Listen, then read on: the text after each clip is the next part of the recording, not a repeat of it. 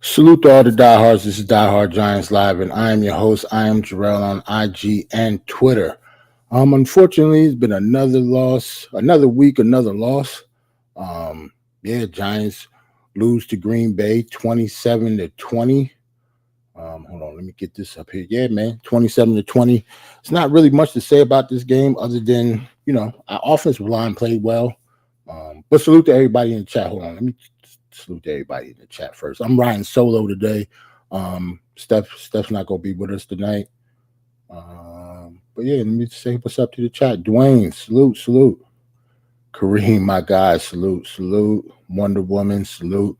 Know y'all always here every week, even when this team is this bad. But I don't know going forward, man. We're gonna have to might have to start talking about a little draft stuff. Like we're in that territory now that our record is so low that we're in the top 5. I got a Tankathon slide that we could talk about because I think I forgot we're either 1 or 2.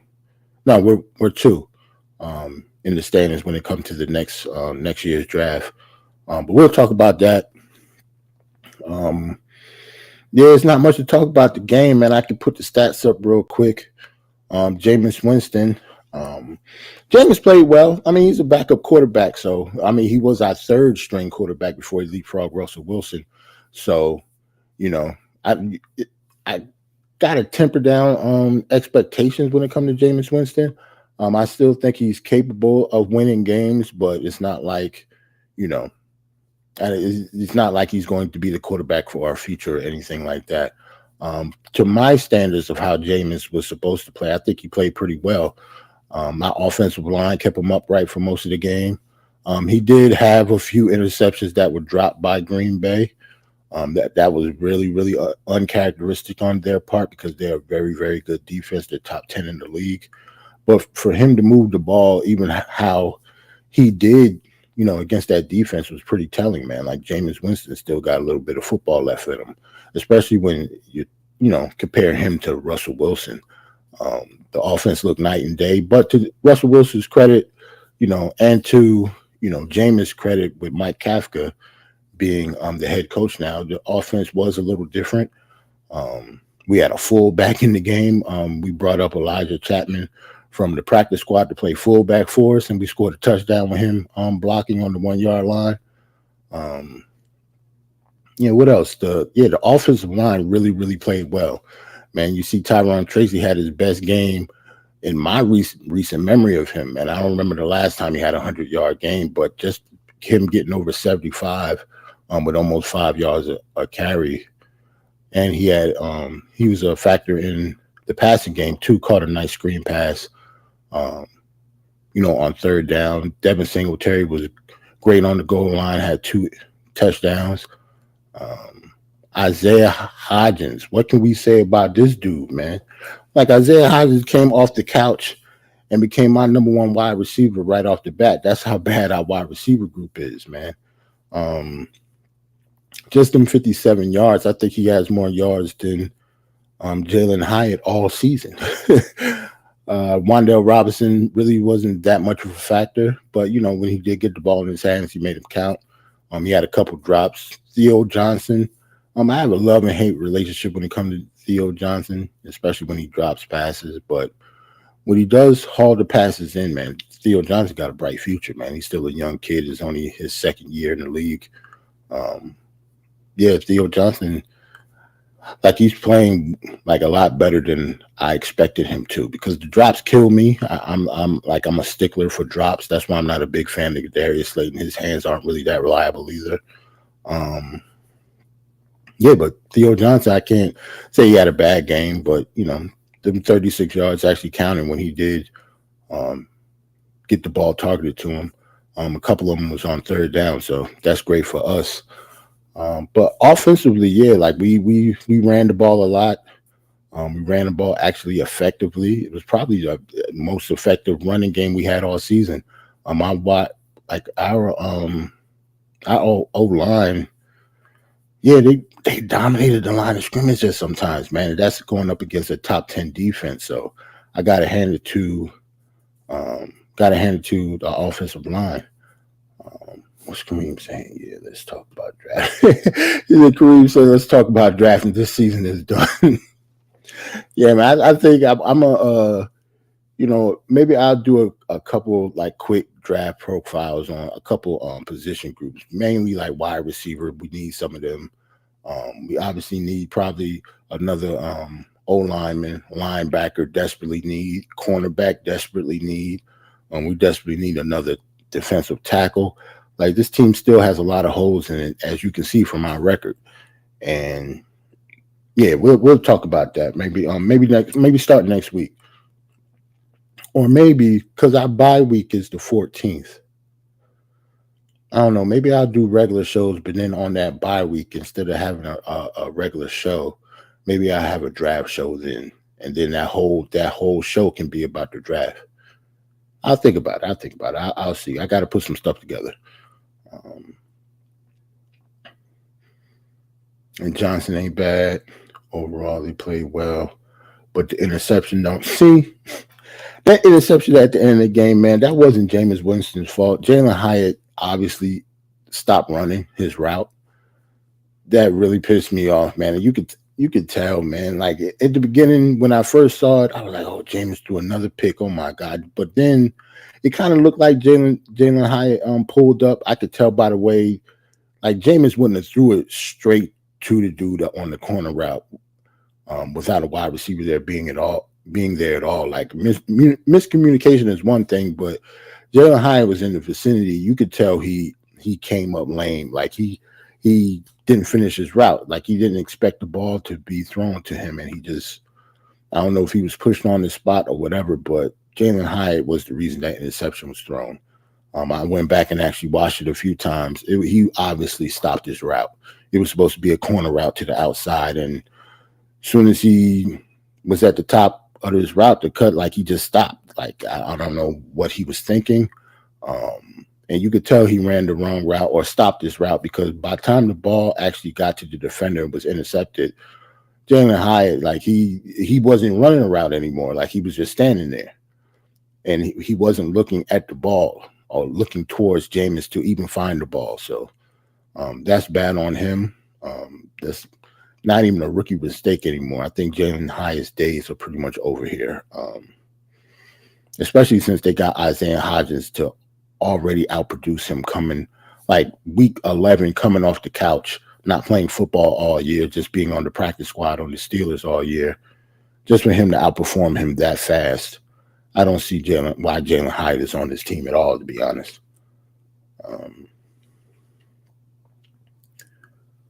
Yeah, one woman said was happy to see the team continue fighting. Yeah, that's what, as a fan, that's all you could really hope for right now.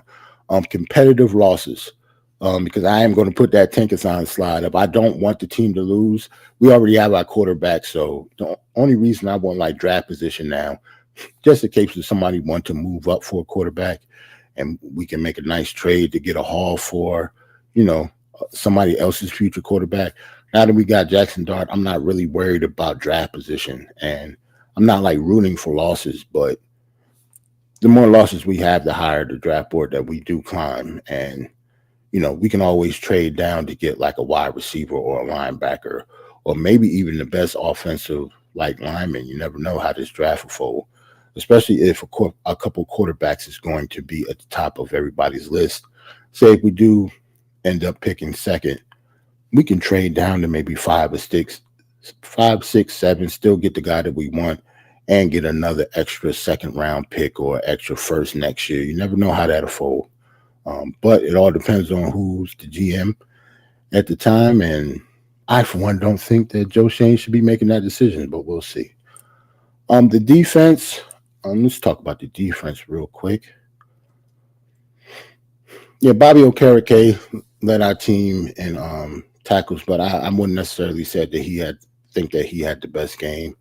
Our corners, let's just say they got beat. The times that they did get beat, it was like bad timing. Like whenever Green Bay needed a third down, or whenever they needed that touchdown, when they got into the red zone, they got it. But it's not like they marched up and down the field on us. So Our defense was good up into, the first 3 quarters up into the last quarter, just like it is every game. We pretty much fold in the fourth quarter of the last, 6 or 7 games. That's a big reason why we've been losing so much. Um, but yeah, y'all already know the deficiencies that we have. We still don't got another starting corner to go alongside Cordell Flott. Deontay Banks isn't really playing well. Um, Andrew Phillips got benched, I think, in this either the second or the third quarter. I forgot what quarter it was. He got benched for something. In the beginning of the game, Abdul Carter got benched and not suspended for a series, but he got benched pretty much for the first defensive series of the game. Like reports are saying that he fell asleep while he was doing recovery in the facility during a walkthrough. You never know you never know who to trust or who to agree with. They're all rumors and hearsay. They're not going to ever just flat out say what happened, at least coming from Abdul or the coaching staff. They want to keep that stuff in-house. But it's a report going on that he fell asleep during recovery. He was still in the building, but he missed the walkthrough. Whether he missed it or he was late. And he got benched for the first drive of the game. I do have a I guess this question came from Mike Kafka after that came out, and Jalen Hyatt not running his route all the way, caused an interception and not necessarily cost us the game, because you never know what it could have happened. He might not have caught it. At least he could have tried to break it up for it to be intercepted, but you never know what would have happened in that situation. But a question, somebody posed the question to Mike Kafka: what do you think of accountability, and how do how that would come across for you being in the head coach? And this is what his answer was. I think the question was like, what makes a good coach? And one of the things you highlighted was accountability and holding guys accountable. How does that manifest? How are you gonna demonstrate that as head coach? Yeah, I think you have a set standards on how you want to operate in the meeting rooms, on the field, as a pro, and around the building, how you communicate with your players. And I think if it's not up to standard, then you got to show them the why it's not up to standard, the how, and how it can be changed and how it can be different. And if little things are not right, then you got to go and fix it immediately. You don't want to just leave that to chance, right? So if you can identify it fast enough, you go in there and you get it fixed, and then you show them the whys. This is going to make you a better football player. Why we do this? So it's not just talk. It's not just anything. This is why we do these things, because it helps us on something. It helps us win games. So there's our head coach, Mike Kafka, talk about accountability. Hopefully, Abdul Carter will learn from this. Is obviously embarrassing that he got called out like this, or it at least leaked to see, to say what he actually did. It's an embarrassing for any player, let alone a rookie, to do that, because he hasn't really done anything in this league yet. He'll learn from that, though. He's still a young player. I still, not saying he a bust, not saying he's dumb or stupid. Like, he might have just made a mistake. Even if it has been done multiple times, that's a whole accountability thing. And maybe that's one of the reasons our head coach isn't here anymore. Maybe he should have been holding him accountable all this time. All this time while he was here, maybe he missed a few meetings. Like, maybe this is an ongoing thing. You never know if you're not in the building, or unless you're one of these beat reporters, sometimes do have somebody in the building leaking this information to him. Just like the whole fact that he was sleeping in the first place. Somebody had to have said that to somebody else, or said that to a reporter. I'm saying. But yeah, hopefully he'll learn from this. That's the only thing you could chalk it up as. He's a rookie. I'm pretty sure the veterans is going to hold him accountable for this, or maybe that's a problem in the locker room too. Maybe it's not that many vets that is there to hold him accountable for that. Dexter Lawrence isn't really the type of, from the outside looking in, I don't know Dex, but he seems like he's a more, lead by example type of guy. He doesn't really seem vocal. He seems kind of quiet. Brian Burns, he seems vocal and he seems like a leader on this team, but it can't just be him. It has to be somebody else, man. Like, Brian Burns just got here last year. Hold on, what Dwayne said. Oh, for one, Dwayne said another receiver for Dart, O line, and linebacker. Yup, we need all those, and add cornerback to that. Add D line to that also. What's up with Dexter Lawrence? I don't know, man. Dexter seemed kind of dejected, man. I don't know what's up with Sexy Dex. He ain't really too sexy this year. I don't know what's up with him. He actually had a pretty good game against the Packers, though. He looked like his dominant self. He had a couple plays that really stuck out, but this season as a whole, obviously, has been a disappointment for him. He's not playing up to Pro Bowl level Dexter Lawrence, let alone all pro best defender in the league, arguably, like he was last year. Kareem said, what do I think of OBJ? Personally, I think I love OBJ personally, but I don't really see what's his purpose on this team, though. Like, to me, like, if I'm Odell Beckham, like, I'm trying to go to a contender. Like, if I don't see him coming back to the Giants maybe next year, especially maybe if we do get a new GM. We're obviously going to get a new head coach. That would be their decision. But for him to come back now, like in week 12 or whenever he's able to, because I know he's supposed to be suspended for taking PEDs. I don't know how they feel about that. You know how the Giants are when it comes to their clean-cut image type mantra that they live by in that building. Part of the reason why I don't think we're going to hire somebody like John Gruden. I know his name is being floated around there when it comes to head coaches. I don't think they won't even look at his way. I don't think. I could be wrong, but just how they do things, I don't see John Gruden coming here. And OBJ might have, with the bad blood from before. Not saying it was too crazy, but now he got hit for PEDs and he was suspended for some games. When he comes back, I don't see him coming here. But if he does, maybe it's next season, but definitely not this year, though, because I don't see why he would. I wouldn't know what game he'll be able to come back, and he wouldn't be playing for a playoff team. So even if we did want him, I don't see why he would want us right now. He should go to a contender to try to win another Super Bowl if he comes back. One woman said, no Gruden for me. Yeah, I don't don't get me wrong. If they do hire John Gruden, I'll be completely shocked. But it's not like I'll be, sad about it. I still do think he can coach, but he hasn't been part of a winning organization or, anything like that for a long time now. Like when he got, quote unquote blackball from the league, that was a few years ago. And even before that, when he was with the Raiders, they weren't good like this. The second time around when he started coaching them, his recent stint, they wasn't good. So, he talked a good game. He obviously knows football and he has a high IQ when it comes to coaching. He's a good coach all around, but I don't think he's right for this job. I don't see it working here, especially with the cookie cutter image that, the Giants usually uphold, what I was talking about before. I don't see it in the cards for him. But we'll see. There's no telling when or who we're going to pick. But the fact that the main factor about all that is Joe Shane is supposed to be the one heading up the decision. That's what I'm worried about. I'm more worried about that than the actual head coach itself. Because regardless of who we hire, that situation is always going to be murky. Because why would a good head coach want this job for, working for a GM on the last leg of his contract without an extension, with a losing record like we have? It doesn't really make sense. So, Tankathon, man. Now it's that time of year, man. Next week is week 12. For now, we're 2-9.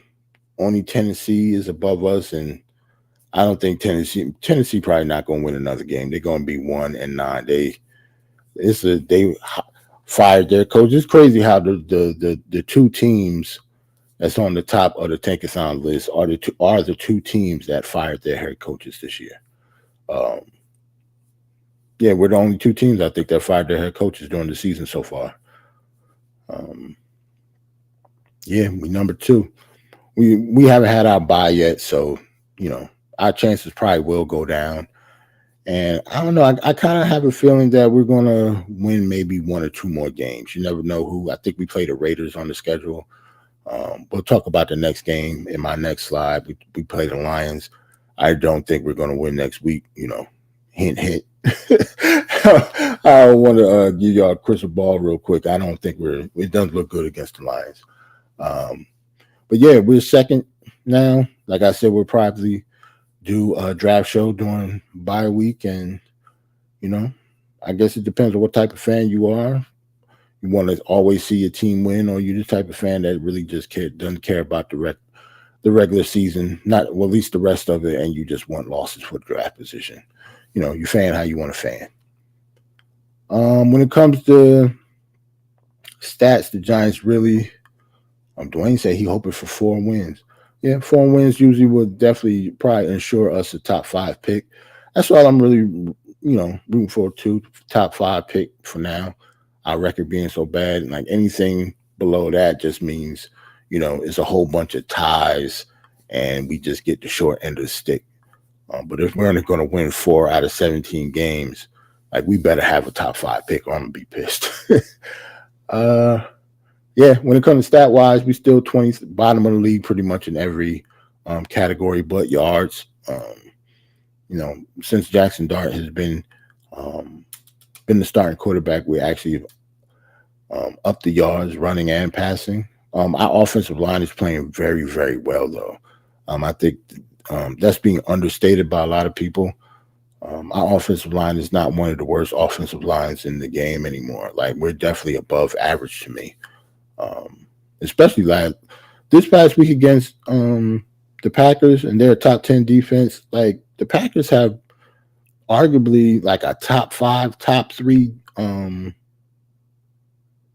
front 7. Like we did pretty well, and for us to run the ball like that, and without Jackson Dart, like these is all running back yards. Like Jameis wasn't out there being Jackson Dart with his legs. This is all running back action. Tyrone Tracy had an awesome day. Like our offensive line dominated the line of scrimmage, man. You can't say that enough. But we do go against the Lions.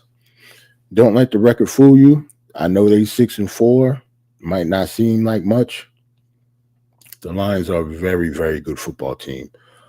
They are a Super Bowl contender by a lot of people's eyes.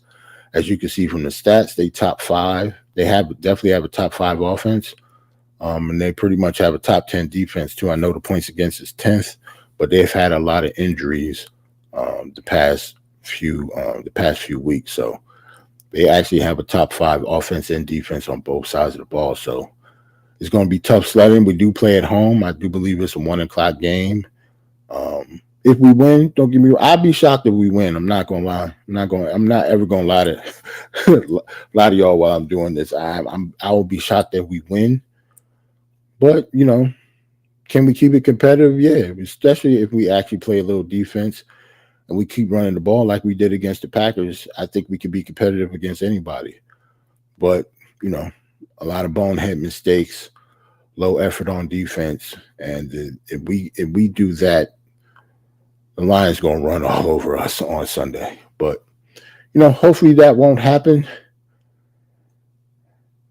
And there we are, guys. Like, we 2-9, man. It's not really much to say. Like, I don't want to be a broken record coming on here every week talking about how bad we are. But, I know we can talk about individual success like Brian Burns, like leading the league in sacks. But if we 2-9, do anybody care how many sacks we get at this point? We can't even celebrate the players that are actually doing well. Like Brian Burns is playing at a, defensive player of the year type level. Like effort is there. These sacks aren't just, sacks given to him. One of them sacks against Love was kind of handed to him at the end. But yeah, I'm talking about like all season. Like he's been playing his ass off, man. Brian Burns has definitely been our MVP. Not only for the defense, I'm talking about like our MVP period. Jackson Dart obviously gave us a spark on offense, but Brian Burns consistently every week has been the best player on the field for us. But when you're 2-9, how can you celebrate something like that? Like I might talk about it this week, but I might not bring it up again because we're so bad. We still got a few games to go. We got the bye week. It's going to be a long season. It'll probably go by quick, but these losses, every loss that we get, man, the weeks are going to go by slower and slower. We got to start celebrating about something. Hopefully, it'll be this week against the Lions.